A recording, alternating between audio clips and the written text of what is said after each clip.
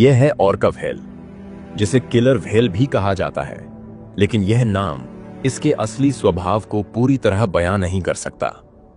यह कोई साधारण समुद्री जीव नहीं, बल्कि समुद्र की दुनिया का सबसे चतुर, सबसे रहस्यमयी और सबसे खतरनाक शिकारी है। इसका काले सफेद रंग केवल इसकी सुंदरता नहीं, बल्कि इसकी पहचान है। एक ऐसा डिजाइन जो इसे बर्फीले पानी में छलावा बनने में मदद करता है। ऑर्का असल में डॉल्फिन परिवार का हिस्सा है और यह उस परिवार की सबसे बड़ी सदस्य है।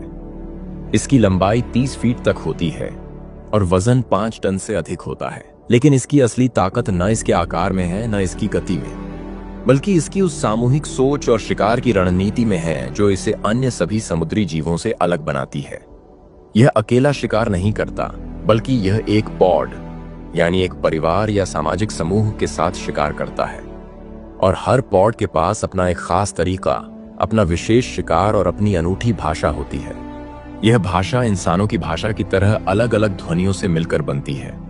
कुछ क्लिक, कुछ सीटी जैसी आवाजें जो इनके बीच गहराई से संवाद स्थापित करती हैं। हर पॉड एक सांस्कृतिक इकाई की तरह होता है, जिसमें ज्ञान, शिकार की तकनीक और सामाजिक व्यवहार पीढ़ियों से अगली पीढ़ियों को सिखाया जाता है। वैज्ञानिकों को यह देखकर हैरानी होती है कि अलग अलग क्षेत्रों में रहने वाले ऑर्का अलग अलग तरीकों से शिकार करते हैं। यानी जैसे इंसानी समुदायों में रीति रिवाज अलग होते हैं, वैसे ही ऑर्का समुदायों में शिकार के तौर तरीके भिन्न होते हैं। आर्कटिक में रहने वाले ऑर्का सील का शिकार करने के लिए बर्फ की सतह पर जोर से लहर मारते हैं, जिससे बर्फ टूट जाती है और सील पानी में गिर जाता है। वहीं न्यूजीलैंड के पास रहने वाले ऑर्का शिकार के लिए शोलों में मछलियों को घेरे में लेते हैं और उन्हें ऊपर से नीचे की ओर धकेलते हुए एक एक करके निगलते हैं। इनमें कुछ तो शार्क का भी शिकार करते हैं और उन्हें उल्टा करके निष्क्रिय कर देते हैं। ये तकनीक इतनी जटिल है कि इंसान भी इसे समझने में वक्त लगाता है। ऑर्का न केवल शिकार करता है, बल्कि अपने बच्चों को शिकार करना सिखाता भी है, बिल्कुल वैसे ही जैसे इंसानी माँ बाप अपने बच्चों को जीने का तरीका सिखाते हैं। एक माँ अपने बच्चे के लिए अधमरा शिकार लाती है, उसे छोड़ती है और बच्चा उस पर हमला करना सीखता है। यह शिक्षा हफ्तों, महीनों और सालों तक चलती है और इस दौरान ऑर्का का बच्चा कई बार गलती करता है, लेकिन मां कभी हार नहीं मानती। यह संवेदनशीलता ऑर्का की सबसे अद्भुत विशेषता है। यह सिर्फ शिकारी नहीं, बल्कि भावनात्मक प्राणी है। कई बार देखा गया है कि मादा ऑर्का अपने मरे हुए बच्चे को कई दिनों तक पानी की सतह पर सरकाती है। खाना नहीं खाती, किसी भी अन्य गतिविधि में भाग नहीं लेती, जैसे शोक मना रही हो। उसकी आंखों में जो गहराई दिखती है, वह मनुष्य को यह सोचने पर मजबूर करती है कि क्या केवल इंसान ही भावनाएं रखते हैं? शायद नहीं। ऑर्का की भावनाएं, इसकी बुद्धिमत्ता और इसकी सामाजिकता, यह तीनों मिलकर इसे केवल एक जीव नहीं, बल्कि समुद्री दुनिया की जटिलतम और सर्वोच्च संरचना का हिस्सा बनाता है। यह जानवर अपने समूह के साथ जीवन भर रहता है।